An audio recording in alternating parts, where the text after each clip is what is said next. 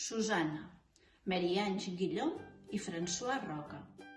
L'Hèlix es rasca el cul, va a buscar el mitjó i el sacseja ben fort per matar-lo. Deixa de fer el borinot, és molt important, és un secret de debò.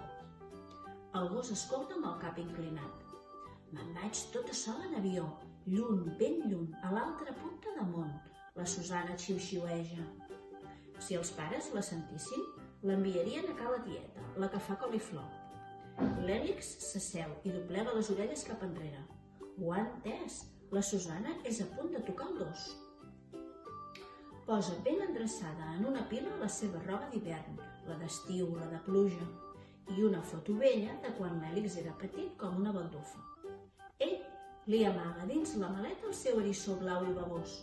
Així ella pensarà en ell. La Susana s'enlaira.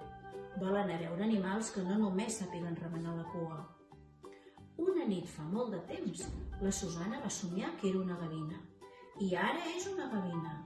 Es deixa portar pel corrent d'aire que l'empeny fins a una illa grega amb terrasses blanques i tot de gats i gossos que fan becaines al sol. Aquesta terra és un mosaic. Camps verds, llacs blaus, illes daurades, rius grisos de cels de sorra groga. Vola per damunt del Pol Sud, el país més fred del món. Vola per damunt d'un bosc amb una pila de vida dins. Mones, lloros, troncs d'arbre amb dents i una cria a la boca. La neu del Kilimanjaro, la gran sabana, dues girafes es fan un embolic. Que bonic que és tot això, Hèlix!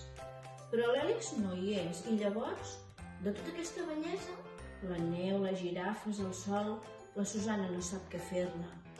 La Susana està cansada, no ha dormit bé i se sent trista de sobte. El que ara té ganes de debò és veure un gos que remena la cua. I quan arriba damunt de casa seva, crida ben fort: «Hèlix, sóc jo!